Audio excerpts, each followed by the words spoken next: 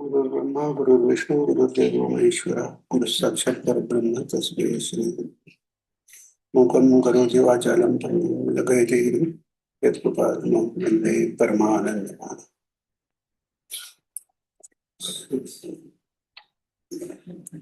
दत्तमात्म्य 12वा अध्याय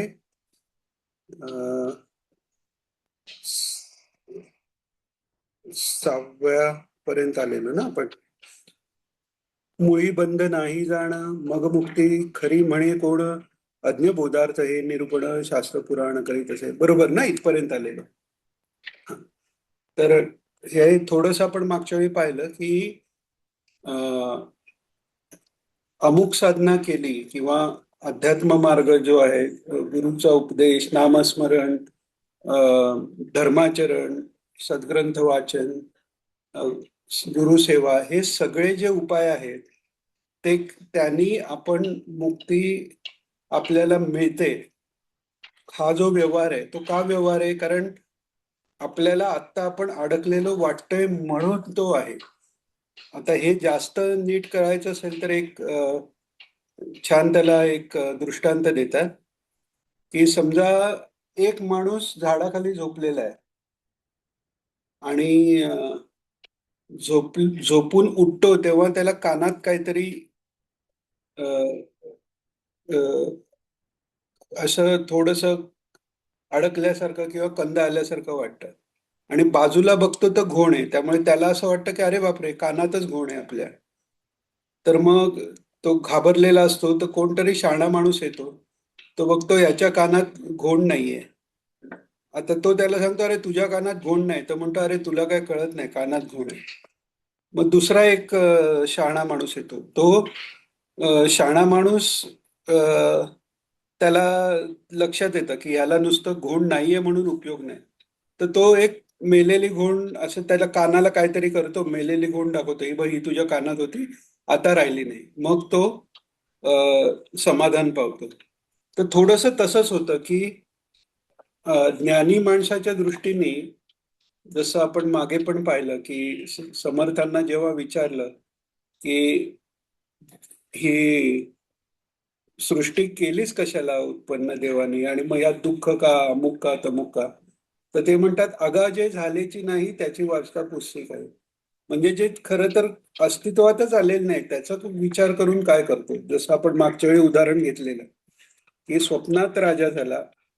अजून एक गोष्ट रामकृष्ण परमहंस सांगतात, ती पण खूप छान गोष्ट आहे की एक शेतकरी असतो. तो रात्री त्याला स्वप्न पडतं आणि त्यात तो राजा असतो आणि त्याला 100 मुलं असतात आणि स्वप्नात ती 100 मुलं मरतात.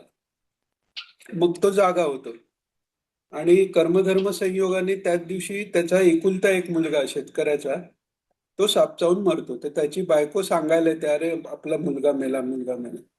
तरी तो शांत राहतो. तर ती म्हणते की तुम्हाला काय वाटत कसं नाही, आपला एकुलता एक मुलगा गेला, तुम्ही शांत कसे? तर म्हणतो तो की आता मी ह्या एका पुत्राकरता रडू का स्वप्नात माझे 100 पुत्र मेले म्हणून रडू? म्हणजे याचा अर्थ काय? स्वप्नात एखादी वाईट घटना घडली तर स्वप्नाच्या आत असताना आपल्याला त्याच्याबद्दल वाईट वाटतं. किंवा असं आपण धरून चालू, समजा स्वप्नात आपण एखाद्या कठीण जागेत अडकलेलो आहे आणि आपला हातपाय सोडायला प्रयत्न चाललेला आहे आणि आपले गुरुच स्वप्नात येऊन आपल्याला सांगतात तू असं कर तसं कर. म्हणजे त्यांनी जर सांगितलं तुम्ही स्वप्नात नाही, तरी ते त्या स्वप्नात असताना ते पटत नाही ना. आणि ते करून कर्मधर्म संयोगाने जाग आली. आता जाग आल्यावर मग ती बंधनं सोडवायचा प्रयत्न पण राहत नाही आणि ती बंधनही खरी राहत नाही. तसं अज्ञान जोपर्यंत आहे तोपर्यंत हे सगळे प्रयत्न आहे. म्हणजे ही हा हे सगळं साधना वगैरे हे सगळं जो उपदेश आहे तो अज्ञान असेपर्यंत आहे. अज्ञान गेलं की काही नाही, तिथे सगळं सच्चित आनंद एकच उरतं. आता पुढे सांगतात मोठे महाराज आहेत की जे सत्य ज्ञान अनंत ब्रह्म एक सदोदित भ्रमे नामरूपे निश्चित अस्ति कल्पित ब्रह्मावरे. ब्रह्म कसं आहे तर सत्य ज्ञान रूप आहे, म्हणजे सत आणि चित म्हणजे सत्य आणि ज्ञान रूप आहे. आणि त्यामुळे सतचा अर्थ काय, तर सर्व काळात आणि सर्व देशात एकसंध असं. एकसंध म्हणजे कसं आहे ते, एकम एव अद्वितीय. पण म्हणजे कसं त्याच्यात भेद अजिबात नाही. म्हणजे एक ब्रह्म आहे आणि एक माया आहे असाही भेद नाही, कारण माया ही नाहीच आहे, ती भासणारी आहे फक्त. पण तो भासही ज्ञानेश्वर माऊली चिद्विलास म्हणून धरतात, म्हणजे तो पण सतचा आविष्कारच धरतात. तर म्हणजे सच्चिदानंदात विजातीय भेद नाही, सजातीय भेद नाही आणि स्वगतही भेद नाही. विजातीय भेद म्हणजे माणूस आणि झाड यांच्यातला जो फरक आहे तो विजातीय फरक. दोन माणसातला फरक आहे की हा कोण आहे तर माणूस आहे, तो कोण आहे तर माणूस आहे, पण सारखे आहेत का, नाही, वेगवेगळा फरक आहे. अ, दिसणं, जात, नाव वेगवेगळे, त्यांचं लिंग, हे सगळे वेगवेगळे फरक त्याच्यात येऊ शकतात. बरं, म्हणजे सजातीय पण भेद नाही. मग स्वगत भेद आहे का, तर स्वगत भेदही नाही. स्वगत भेद म्हणजे कसं, की झाड जर घेतलं तर त्याला फांद्या, मुळं, फळं हे वेगवेगळ्या त्याच्यात भेद आहेत. किंवा मनुष्य शरीर जरी घेतलं तर डोळ्याला जे दिसतं ते हाताला नाही दिसू शकत. म्हणजे त्यांच्या शक्तीत फरक आहे, त्यांच्या कार्यात फरक आहे, त्याच्या दिसण्यात फरक आहे, सगळंच फरक आहे. तसं ब्रह्मात नाही, ते एकसंध आहे, एकमेव अद्वितीय असं आहे. आणि त्याच्यावर ही जी नामरूप दिसतात, तो ब्रह्मावर कल्पित आहे, कल्पना मात्र ती आहे. आता जर ही कल्पना मात्र आहे तर महाराजांना, दत्त महाराजांना एकाने प्रश्न विचारलेला की ही सर्व जग ही जर कल्पना असेल तर मग सगळ्यांना सारखी का होते. आपण व्यवहारात बघतो, एकाने एखाद्या गोष्टीची कल्पना केली तर ती त्यांनी दुसऱ्याला सांगेपर्यंत त्याला ती कळत नाही, आणि कळली तरी हा जसं व्हिज्युअलायझेशन करतो तसा दुसऱ्याच्या मनात तसंच येईल असं होणं शक्य नसतं. मग म्हणून त्या माणसाने प्रश्न असा विचारला की जर ही कल्पना आहे तर सगळ्यांना सारखीच का झाली. तर महाराज म्हणाले, सारखी कुठे म्हणाले. एक स्त्री जर एकाला आई वाटते, दुसऱ्याला मुलगी वाटते, तिसऱ्याला बहीण वाटते, चौथ्याला बायको वाटते, म्हणजे एकाच व्यक्तीबद्दल वेगवेगळ्या कल्पना आहेत. याचा अर्थ प्रत्येकाच्या वेगळ्या कल्पना आहेत. पण तरी त्याच्यात सारखेपण काय आहे, म्हणजे सगळ्यांना ती स्त्री दिसते हे सारखेपण काय, तर ती कल्पना विराट जे आहे, पूर्ण ब्रह्मांडाचा जो इगो एक आहे. जसं आपण आता असं कल्पना करू आपण की आपलं शरीर, शरीरातल्या प्रत्येक पेशी ह्याही सजीव आहेत ना. कारण आपण म्हणतो काही त्वचेच्या पेशी मेल्या, निघून गेल्या किंवा अमुक, म्हणजे त्या आधी जिवंत होत्या. बरं, काही पेशी जिवंत आहेत आणि काही पेशी मेल्या आहेत, म्हणजे आपला जो जीव आहे त्याच्यापेक्षा त्यांचाही वेगळा जीव आहे ना. पण तो आपल्या पूर्ण याचा एक भाग आहे. तसं या विराट स्वरूप जे ब्रह्मांडाचा अभिमानी जो आहे, विराट, त्याचं मन म्हणजे हिरण्यगर्भ हे त्याचं मन झालं, सूक्ष्म शरीर. तर त्याला जी कल्पना झाली तीच सगळ्यांना कल्पना होते. आणि मग डोळा, शरीर ह्याच्यात कसं वेगवेगळं, म्हणजे शरीर एक असून मला जी कल्पना झाली तरी ती कल्पना व्हायला डोळ्यांना एकाच गोष्ट जी आहे, समजा मोठी समोर आग लागलेली आहे आणि त्याच्यात कोणी अ, किंवा आपण असं म्हणू, अ, अ, धूप लावलंय समोर, तर डोळ्याला त्यातला ते पेटलेला वरचा लाल भाग धुपाचा आकार दिसतो आणि धूर दिसतोय. अ, कानाला तिथे समजा याच्यात धूप असेल, अ, कोळशाच्या याच्यावर टाकलंय तर कानाला त्याचा एक्सपिरियन्स काय, तर तडतडणारा आवाज येतो. नाकाला एक्सपिरियन्स काय, तर त्याला गंध येतो. जिभेला त्याचा काही एक्सपिरियन्स येत नाही, चव येत नाही, पण तरी अगदी जवळ गेलं तर काहीतरी त्या धुराचं काही हे येऊ शकतो, वेगळा स्वाद. तसं एक ओव्हरऑल कल्पना सेम राहून प्रत्येक, जसं शरीरातले सेल्स प्रत्येक वेगळ्या ऑपरेट होतात, तशा आपापल्या कल्पना त्या मूळ कल्पनेच्या आधारावर थोड्या थोड्या वेगळ्या होत जातात. पण या सगळ्या कल्पना ज्या आहेत त्या सच्चिदानंदावरच आधारित आहे. आता हे कसं समजून घ्यायचं, तर लहानपणी लाईट वगैरे कधी गेले की पूर्वी कंदील असायचा, म्हणजे तो काचेचा एक दिवा असायचा, आत त्याला वात असायची, ते पेटवायची आणि मग त्या कंदिलाच्या प्रकाशात काय करायचं, असं करून हरण तयार करायचं, म्हणजे असं करून हे केलं तर तिकडे भिंतीवर हरण करायचं. आता इमेजिन करा त्या कंदिलाच्या काचेवर, किंवा आत्ताही समजा एखादा बल्ब आहे आणि त्याला समजा एखादं कव्हर आहे, म्हणजे टेबल लॅम्प किंवा असं कव्हर आहे, त्या कव्हरवर समजा आपण ट्रान्सपरंट पेपर घेऊन त्याच्यावर रंगीत चित्र काढून लावली तर ती सगळीकडे दिसतात. किंवा हल्ली ते नाईटचं स्काय प्रोजेक्शन वगैरे असे आहेत की तो दिवा लावला की वर सगळेच तारे वगैरेचे प्रोजेक्शन पडतात. आता ते तारे वगैरे हे प्रोजेक्शन आहेत, ते म्हणजे दिवा नाहीत. पण दिवा जर ऑफ केला तर ते तारे दिसणार नाही. म्हणजेच काय, ते दिव्याचं जे तेज आहे त्याच्यावर हे वेगवेगळ्या रंगाने ट्रान्सपरंट ह्याच्यावर काढून किंवा वेगवेगळे आकार काढून तो प्रकाश त्यांच्यातनं जातो तेव्हा त्याचा भास होतो. तसं परब्रह्मावर ही माया अधिष्ठित आहे. एवढं लक्षात आलंय कोणा?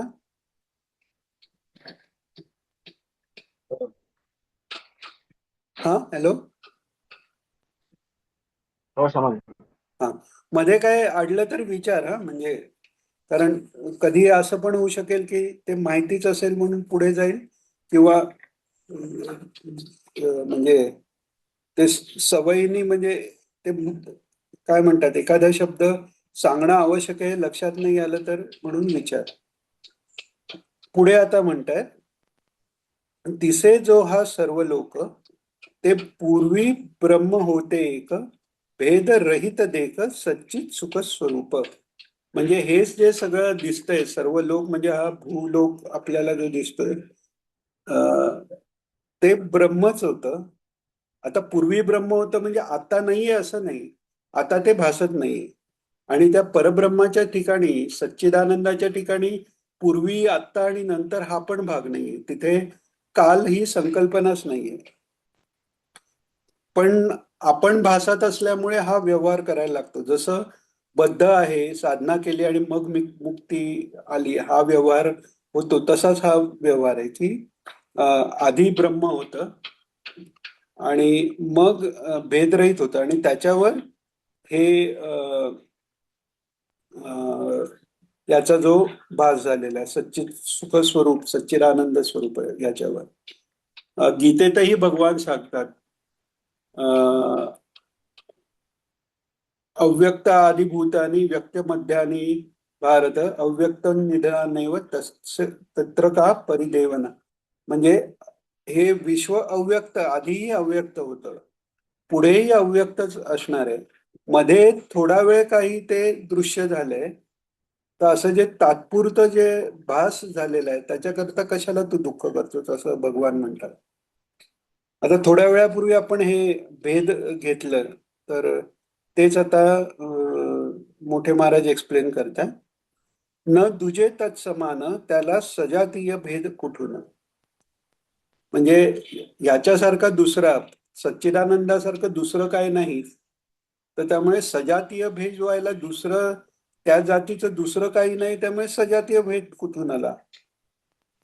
सजातीय तर जाऊन देच, पण सच्चिदानंदाशिवाय दुसरं काहीच एक्झिस्ट करत नाही, त्यामुळे विजातीय भेद नाही. म्हणून मोठे महाराज म्हणतात, न दुजे तत्समान त्याला सजातीय भेद कुठून, दुसरे नाहीच म्हणून विजातीय भेद नसे तया. हे आलं ना लक्षात? आणि हे महत्वाचं आहे, हे कळणं आवश्यक आहे. सच्चिदानंद ब्रह्मखास ते असे अखंडैकरस स्वगत भेद त्यास नाही खास वृक्षापरी. सच्चिदानंद मगाशी पाहिलंय आपण, सच्चिदानंद एकसारखं आणि अखंड आहे, सर्वत्र तेच, सर्व काळात तेच आहे. त्यामुळे वृक्षासारखा स्वगत भेद नाही. वृक्षासारखा स्वगत भेद म्हणजे कसा, तर वृक्षापत्र एकदेशी, फळपुष्प एकदेशी, ब्रह्म सच्चिदानंद सर्वांची, दृष्टांत तयासी रक्तोष्ण प्रकाश दीप. म्हणजे वृक्ष धरला तर त्याच्या फांद्या वेगळ्या, फळं वेगळी, पानं वेगळी असं दिसतात. पण समजा अशी अं, दिव्याची जर ज्योत आहे, तर दिव्याच्या ज्योतीचा मधला भाग सोडला तर उरलेला जो भाग आहे त्यात तेज सर्वत्र सारखं आहे. तसंच सर्वव्यापी आणि सर्व काळात असं हे सच्चिदानंद आहे. तर त्यामुळे त्याच्यात स्वतःच्या आतला भेद असा असूच शकत नाही. आपल्याला आता याची कल्पना करता यायला एकच उदाहरण अं, चांगलं देता येईल की आकाश आहे. आता आकाशात ढग किंवा वारा हा भाग आकाश तत्वाचा नाहीये, तो वायू तत्व, आप, पृथ्वी याच्या मिक्सचरनी सगळं ते ढग म्हणा किंवा हे वारा हे वायू तत्व असं सगळं होत आहे. पण ते सोडून जे आकाश आहे, तर इथे आकाशाला काही वजन आहे आणि तिकडे नाही असा भेद नाही, किंवा इथे आकाश थोडं काळोखी म्हणजे काळं आहे पुढे पांढरे असं नाही. तो काळोखाणी उजेड तो तेज असणं आणि नसण्याने वाटतो आपल्याला, पण आकाशाला काही रंग नाही, आकाशाला काही रूप नाही, आणि एका ठिकाणी नाही, सर्वत्र आकाश तसंच आहे. पृथ्वीच्या पृथ्वीवर राहा, पृथ्वीच्या बाहेर जा, आकाश तसंच आहे. आता पृथ्वीवरनं आकाश निळं दिसतं कारण मध्ये वातावरण आहे, त्यांनी ते प्रकाश परिवर्तित होतो म्हणून ते निळं दिसतं. पण अदरवाईज आकाशाचा ला काही रंग नाही, आकाशाला काही रूप नाही. तसं हे सच्चिदानंद एकसलग एकसंध सगळीकडे सारखं आहे. निर्विकारा नये विकार, म्हणून करिता मायेचा अंगीकार, ती आत्मशक्ती निराकार, तिने नये द्वैतपणा. म्हणजे सच्चिदानंद जे आहे ते अं, ते स्वतः निर्विकार आहे. विकार याचा अर्थ बदल होणं, बदल ज्याच्यात होऊ शकतो ते विकारी म्हणतात, आणि बदल म्हणजे विकार. सर्व जग जे आहे ते सच्चिदानंदचं व्याकृत रूप आहे असं म्हणतात. म्हणजे खरं तर ते सच्चिदानंदाचं रूप नाहीच आहे, सच्चिदानंद त्या रूपात भासतोय, ते व्याकृत जे आहे तोही भासच आहे. तर विकार म्हणजे परिवर्तन किंवा परिणाम किंवा बदल जो आहे त्याला विकार म्हणतात. विकार म्हणजे दोष अशा ह्यानी नाही. विकार म्हणजे दोष असं आपण का म्हणतो, कारण सच्चिदानंद हे निरंजन दोषरहित आहे, त्याच्यावर कोणताही विकार आला तरी तो दोष झाला, म्हणून विकार बरोबर इक्वल टू दोष असं आपल्याला शिकवलं गेलं. पण खरा अर्थ विकाराचा म्हणजे बदल. तर आता म्हणजे काय झालं इकडे की निर्विकार असं आत्मतत्व सच्चिदानंद आहे, तर त्याच्यात तर विकार येणं शक्य नाही. म्हणून जर आपण माया मानली की एक माया असा हा काल्पनिक पदार्थ आहे आणि त्यांनी हे द्वैत आलं, तर इथे आता मोठे महाराज म्हणतात निर्विकारा नाही विकार, म्हणून करता मायेचा अंगीकार, ती आत्मशक्ती निराकार, तिने नाहीये द्वैतपणा. म्हणजे ईश्वराची जी शक्ती आहे तिच्यामुळे जर विकार येतो म्हटलं, तर ती शक्ती ही कशी आहे, तर ती निर्विकार आहे. माया म्हणजे असा अमुक आकार दाखवता येत नाही ना, कारण आकार कधी निर्माण झाले. आपण सृष्टीची उत्पत्ती जर बघितली तर सुरुवातीला मायेचा आविर्भाव झाल्यावर पुरुष आणि प्रकृती अशी तत्व बनली. त्यात प्रकृतीपासून महत्त्व, महत्त्वापासून अहंकार, मग त्रिगुण आणि मग पंचमहाभूत. तर एखादं रूप येण्यासाठी पंचमहाभूताची आवश्यकता आहे.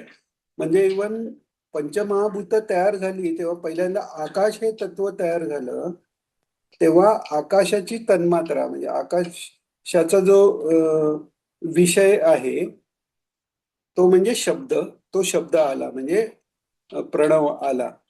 तर त्याच्या आधी शब्दही नाही, तर रूप असण्याची शक्यता नाही. त्यामुळे माया ही जी आहे तर ती ही निराकारच आहे. मग ती स्वतः निराकार असल्यावर तिच्यामुळे द्वैतपणा कसा येईल? तीही अनिर्वचनीय आहे, तीही सर्वव्यापी आहे. मग त्यांनी द्वैत कसा येईल? कारण शक्ती तर शक्ताहून भिन्न नसते. आता पुढे मोठे महाराज तेच सांगताय. निर्विकारा नये विकार म्हणून करिता मायेचा अंगीकार, ती आत्मशक्ती निराकार तिने नये द्वैतपणा. शक्ती शक्ताहून भिन्न नसे, हे लोकी ठावे असे, तिने द्वितीयत्व येतसे असे कसे म्हणावे. तर आता ते म्हणतात जर ती मूळ आदिमाया जी आहे ती पण निराकार जर असेल तर तिच्यामुळे आकार कसे होतील किंवा द्वैत तिच्या कशामुळे येतील? ती जर एकच आहे तर तिच्यात पण द्वैत कसं येईल, असा प्रश्न केलेला आहे. मग पुढे हे सांगतायत, कोणी पाहता माती हिचे पुढे घडे होती, तेव्हा नामाकृती पूर्वी चित्ती येतसे. म्हणजे आधी माती होती आणि तिचे घडे झाले, असा जर म्हणजे घडे करता येतील असा पहिल्यांदाच विचार आला की नंतर ते घडे वगैरे बनवले जातात. म्हणजे ती जे नाव किंवा आकृती आहे ते पहिलं ते मनात येतं आणि त्याप्रमाणे घडे बनवले जातात. पण तसं इथे मानता येते का? तर तसं येत नाही मानता. कारण का?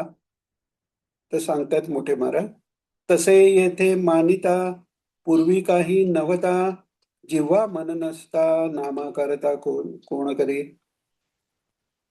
तिथे महत्त्वच नाहीये. महत्त्व म्हणजे बुद्धी, बुद्धितत्व निर्माण झालं नाहीये. बुद्धितत्व निर्माण झाल्यावर सुद्धा मला असं वाटतं की मातीचा घडा करता येईल असं जे वाटणं आहे त्याला पण मी असणं आवश्यक आहे. तो अहंकार तयार झालेला नाही. तिथे जीभ नाहीये, मन नाहीये, तर हे नामाकाराची कल्पना तरी कोण करणार? तर पुढे आता सांगताय, ते अद्वितीय ब्रह्म एक, संकल्पाने झाले स्वये अनेक, म्हणून एकाच्या ज्ञाने सकळीक कळे विवेक होताचे. त्यामुळे ते अद्वितीय ब्रह्म जे आहे त्याचाच हा संकल्प धरला जातो. तो मायेचा संकल्प धरता येत नाही, कारण माया ही अज्ञान रूप आहे. तिला स्वतःच हे संकल्प करणं हा भाग नाहीये. म्हणून अद्वितीय ब्रह्म जे आहे, कारण सच्चिदानंदामधला चित्त ही जाणीव आहे, त्याच्याच संकल्पाने जग झाले असे सांगतात.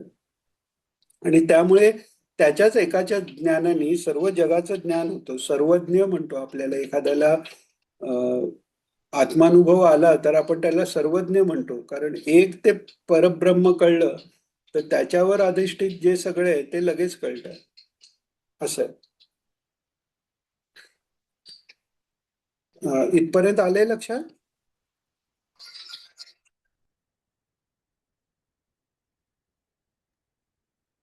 हो कळतं.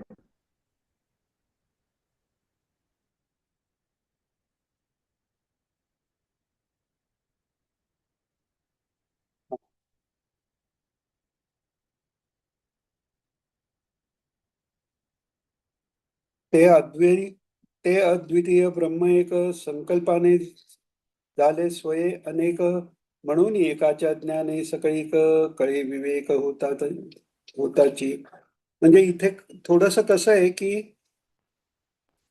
संकल्प झाला मग माया झाली असंही म्हणता येत नाही, आणि माया झाली आणि मायेने संकल्प केला असं म्हणता येत नाही. म्हणूनच त्या मायेलाच अनिर्वचनीय म्हणतात. तिचं बरोबर वर्णन करता येत नाही, कारण नाहीतर सच्चित आनंद जे आहे त्याला तिथे बहु असावं अशी वृत्ती होण्याचंही काही कारण नाहीये ना, कारण ते स्वतः ज्ञानरूप आहे आणि आनंद रूप आहे. पूर्ण आनंदात असताना कशाची इच्छा माणसालाही नसते, मग ते सच्चित आनंद शुद्ध स्वरूपाला कशी होईल? तर त्यामुळे ही जी माया आहे ती अमुक अमुक क्षणी निर्माण झाली असं म्हणता येत नाही, कारण एखाद्या क्षणी निर्माण व्हायला ते निर्माण व्हायचा संकल्प कोणी केला असा होतो. आणि ह्या विचाराचं जास्त काय म्हणतात त्याला, जास्त खोलात जाऊन काथ्याकूट करूनही उपयोग नाही, कारण विचार आपण सगळा मग कशाबद्दल करतोय, त्या मायेबद्दल करतोय की जी नाहीच आहे. म्हणजे मागच्या वेळी आपण म्हटलं तसं त्या स्वप्नात पक्ष्यांच्या ऐवजी मासे उडत होते. आता जागे झाल्यावर हे कसं शक्य आहे, मासे उडतीलच कसे, असा जसा विचार आपण करत नाही, तर त्यामुळे मायेचं स्वरूप जाणून घेण्याकरता डोकं लावून उपयोगच नाही, कारण ती भासमान आहे तर भास कसाही होऊ शकतो. आपण व्यावहारिक सत्ता जर मांडली, व्यवहार, तर त्याच्यात काही रूल्स आहेत ना. आपण सांगू शकतो, समजा एखाद्या दिवशी काय म्हणतात त्याला, उन्हाळ्यात पाऊस पडला, अरे उन्हाळ्यात किंवा हिवाळ्यात पाऊस पडला, कसा पडला? तर आपण सांगू शकतो ते ग्लोबल वॉर्मिंगने हे झाले ते झाले, अमुक ठिकाणी वादळ ते झालं, त्याचं हे काहीतरी प्रमाण सांगू शकतो. पण जिकडे स्वप्न असं आहे की तिकडे रूलच नाहीये काय, त्याचं आपण कसं सांगू शकतो? तसं वास्तविक हा व्यवहार सगळ्यात स्वप्नवत आहे. त्यामुळे त्याची सुरुवात कशी झाली वगैरे हा विचार करून उपयोगच नाहीये खरं तर. विचार ह्याचा करायला पाहिजे की जो काही आपण आता स्वप्नात आलोय त्यातनं आपण बाहेर कसं जाऊ, आणि तो स्वप्नात आहोत, अजून ज्ञान नाही, हा जो भास आहे तो एकदा गेला की हे साधना अमुक तमुक याचाही संबंध उरत नाही. म्हणून मग जे परमहंस आहेत त्यांना म्हणतात परमहंसानाम को विधी को निषेधा, कारण विधी निषेध, धर्म अधर्म हे त्यांना त्याचा संबंधच नाही, कारण हे सगळं धर्म अधर्म, इवन साधना म्हणजे आणि साधन भक्ती जी आहे हे सगळं त्या मायेच्या राज्यातलं आहे. म्हणजे कसं आहे की गच्चीवर आपल्याला जायचंय, तर तळमजला ही गच्ची नाही, तसं जिनेही गच्ची नाही. आता तळमजल्यावर टीव्ही आहे, खायचे पिचे पदार्थ आहेत, कोण तिथेच राहिला तर तेही गच्ची नाहीये. आणि कोण जिने चढायला लागला तर ते जिनेही गच्ची नाही. पण जिने ही अशी गोष्ट आहे की ज्याने गच्चीपर्यंत पोचता येतं. तसं धर्म आणि साधन भक्ती जी आहे, हे सगळं जे ज्ञान जे आहे ते त्या जिन्यासारखं आहे. ते जिन्यानंच त्या जिन्यापासून आपल्याला लांब नेतं. जिना आपण चढत जातो तसं तो कमी कमी होत जातो ना. आपण म्हणतो आता 20 पायऱ्या चढायच्यात, आता 18 चढायच्यात, 16 चढायच्यात. म्हणजेच काय, जिने चढूनच जिन्याचाच पण चढण्याचं हे कमी, म्हणजे ज्ञानानेच शेवटी ज्ञानाचा नाश होतो आणि सच्चिदानंदचा आपण एकरूप त्याच्याशी होतो, किंवा एकरूप आहोत हे तेव्हा ध्यानात येतं. आणि ते ध्यानात येणं पण विरून नुसतं तो आनंद तिथे राहतो. तर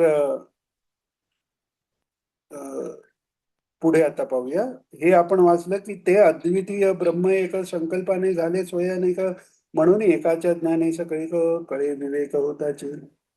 घेऊनी या माती कुंभार घडा करी हाती, हा आरंभवाद म्हणती उपादान माती निमित्त कुलाल. आता कसं आहे, वेदांत जो आहे, अद्वैतवाद, तो अद्वैतवाद हा प्रमाण आहे. पण त्याचा जर अभ्यास व्हायचा असेल, अद्वैतवाद कळला, आपण बऱ्याच वेळा आपण शाळेत किंवा कुठे असं हे आपल्याला पण अनुभव आलेला असतो की एखादा कठीण विषय आहे, तो शिकवला, शिक्षक चांगले आहेत, आपल्याला कळला, पण नंतर पण आपल्याला काहीतरी शंका येतात, अरे हे एवढं कळलं पण हे अमुक हे असं झालं तर काय होईल, असं काहीतरी आपल्याला प्रश्न येतात.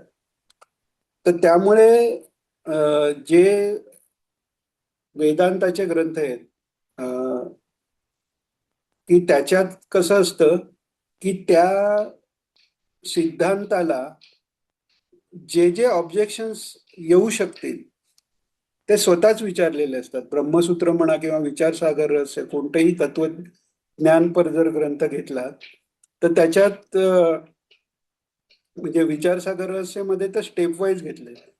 एकदम उत्तम अधिकारी असेल, एकदम तयार, तर त्याला तत्वमसी उपदेश केला केला त्याला तिथल्या तिथे तो आनंद प्राप्त होतो की तोच तू आहेस म्हटला, तो झालाच तसा. जसं ज्ञानेश्वर महाराजांचं उदाहरण आपण घेतो की निवृत्तीनाथांनी डोक्यावर हात ठेवला आणि ते ब्रह्म आहेतच, त्यांना काही नवीन कळायचं लागलं नाही. ते नसलं तर मध्यम अधिकाऱ्याला हे सिद्धांत सांगितले की त्याला तो बोध होतो.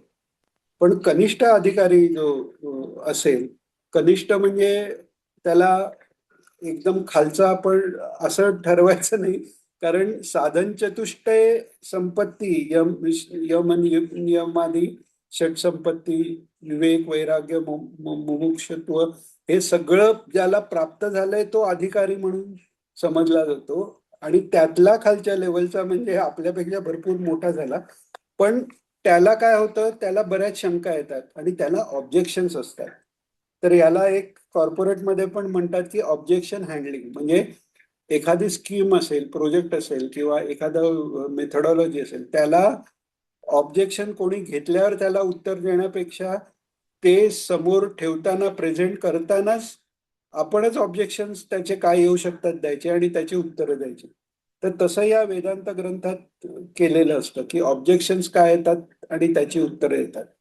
त्याबरोबर बाकी जे वाद आहेत, आता षटशास्त्र जी सांगितलेली आहेत, षटशास्त्राचा अभ्यास सांगितलेला आहे. तर षटशास्त्र कोणती? शास्त्र म्हणजे जी आस्तिक दर्शनं आहेत, षटदर्शनं जी आहेत, म्हणजे काय की वेदांना मानणारी आहेत, पण त्यांची इंटरप्रिटेशन वेगळी आहे. तर त्याच्यात कर्म मार्गाने जाणारे आहेत, जेमिनींचा सिद्धांत त्याच्यात येतो. त्याच्यानंतर द्वैत आहे, द्वैताद्वैत आहे, केवल अद्वैत आहे. त्याच्यानंतर तर असे त्याच सिद्धांताची इंटरप्रिटेशन वेगळी आहे. तर ही सगळी थोडीफार जरी माहिती असली तर या ऑब्जेक्शन हँडलिंगला बरं पडतं, कारण त्या त्या युक्त्या पण बऱ्यापैकी ज्ञानी लोकांनीच लिहिलेल्या आहेत. आणि त्या ज्ञानी लोकांना अद्वैताचा अनुभव नव्हता असं नाही, पण ज्याची जी लेवल आहे त्याला तो उपदेश केला तर तिथपर्यंत तरी तो येऊ शकतो. म्हणजे जो शिकवणारा प्रोफेसर आहे तो पीएचडी असला तरी त्याला समजा 11वीच्या मुलांना शिकवायला सांगितलं तर तो 11वी पर्यंत समजेल एवढंच शिकवणार. अशा दृष्टीने हे ग्रंथ आहेत. पण ते युक्तिवाद एकदम म्हणजे चोख युक्तिवाद आहेत आणि ते जाणून घेणं का आवश्यक आहे, तर तसा कोणी युक्तिवाद केला तर आपला बुद्धिभेद होऊ नये किंवा दुसऱ्या कोणाचा बुद्धिभेद तसा झाला असेल आणि त्यांनी आपल्याला प्रश्न विचारला तर आपण आपल्याला त्याचं उत्तर देता आलं पाहिजे. उत्तर देणं हा मूळ उद्देश नाहीये. मूळ उद्देश आहे की आपल्याला ते नीट जाणीव होणं. तर म्हणून हे वेगवेगळे वाद सांगितलेले आहेत. आणि तसं सृष्टी उत्पत्तीचं वेगवेगळे जण वेगवेगळे कारण सांगतात. तर ते वेगवेगळे जे वाद आहेत की सृष्टी उत्पत्ती कशी झाली किंवा ब्रह्म काय आणि हे जग काय याचा संबंध कसा आहे हे सांगणारे जे वाद आहेत ते कोणते आहेत आणि ते काय सांगतात हे इतक्या परिणामकारकरित्या एवढ्या कमी शब्दात सांगितलेलं हे एकच असं उदाहरण सापडतं. अजून कुठे असलं तर माहिती नाही, पण दत्त महात्म्यात ते आलेले. महाराज सांगायचे, दत्त महाराज, की दत्त महात्म्यात सर्व शास्त्रांचे सिद्धांत आलेले. इतका हा महत्वाचा ग्रंथ आहे. सर्व शास्त्रांचे सिद्धांत त्यात आहे. आणि पुन्हा म्हणजे एकाच ग्रंथात भक्ती, ज्ञान, कर्म हे तिन्हीची म्हणजे उपासना, ज्ञान आणि कर्म हे तिन्हीची सांगड घालून तिन्ही गोष्टी सांगितल्या आहेत. आणि ते सांगताना ईश्वराचं चरित्र पण सांगितलंय. नुसत्या ईश्वराच्या चरित्राने पण मनाची शुद्धी होतेच आहे. बरेच जण असतात की ते दत्तमहात्म्याची पोथी वाचतात, अर्थ कळलेला नाही, मग ते उपयोगी नाही का? तर तसं नाही. ती पुन्हा पुन्हा वाचल्याने मनाची जी शुद्धी होते त्याने भक्ती वाढतेच. आणि शिवाय त्यातला अर्थ कळत जातो किंवा तो अर्थ कळण्यासाठी जे काय आवश्यक आहे, कोणी अर्थ सांगायला समोर येणं म्हणा किंवा काही रेफरन्स म्हणा, असं आपोआप घडत जातं. याचं कारण म्हणजे आधी ते वाचलं गेलंय म्हणून. तर इथे मुख्य आपला मुद्दा काय, की हे सगळे वाद वेगवेगळे का सांगितले, की कुठेही आपलं जे तत्व आणि सिद्धांत आहे ते कळण्यात आपल्याला काही चूक होऊ नये आणि योग्य तो सिद्धांत जो आवश्यक तेवढा ज्ञानमार्ग, म्हणजे अदरवाईज जे ज्ञान कळण्यासाठी अ, साधन चतुष्टय संपत्ती पाहिजे किंवा अदरवाईज जे उपनिषदातले मंत्र फक्त मौंजी बंधन करून ब्रह्मचर्य पाळून गुरूंकडे त्याची संथा घेऊन शिकणाऱ्यांसाठीच अलाउड आहेत. ते पण मोठ्या महाराजांनी ह्याच्यात एम्बेड केलेत. म्हणजे 39व्या अध्यायात तिसरा तिसरा हे वाचत गेलं तर अमुक अध्याय होतो गीतेचा किंवा अमुक ह्याच्यात अमुक उपनिषदाचे मंत्र येतात. की ही एवढी मोठी दया आहे. ज्ञानाचे आपण सर्वसाधारण लोक अधिकारी नसून सुद्धा ते ज्ञान कळेल अशा शब्दात कथेतून थोडस आपण लहान मुलांनाही सांगतो ना, ते पंचतंत्रातल्या कथा किंवा इसाप नीती हे सगळं काय आहे, की त्यांना प्राण्यांच्या गोष्टी, ह्या गोष्टी, अमुक राजाच्या गोष्टी, या गोष्टी स्वरूपात ज्ञान दिलं तर ते कळायला पण सोपं राहतं आणि लक्षात व्हायला. तर तसं ती गोष्ट पण कोणती, तर दत्तचरित्र आहे आणि त्याच्यात मोठ्या महाराजांनी सगळा वेदांत या 2 अध्यायात मांडलेला आहे. खूप महत्वाचं आहे. म्हणजे हे 2 अध्याय कळायसाठी ब्रह्मसूत्र किंवा महाराजांचं वेदांत पारिजात स्वरूप ते ब्रह्मसूत्राच्याच टीकेवरच ते म्हणा किंवा आचार्यांची टीका ब्रह्मसूत्र भाष्य, याचा सगळा जो अभ्यास आहे त्यातनं जे कळणार ते अगदी थोडक्यात मोठ्या महाराजांनी केलेले. आणि दया अशी आहे की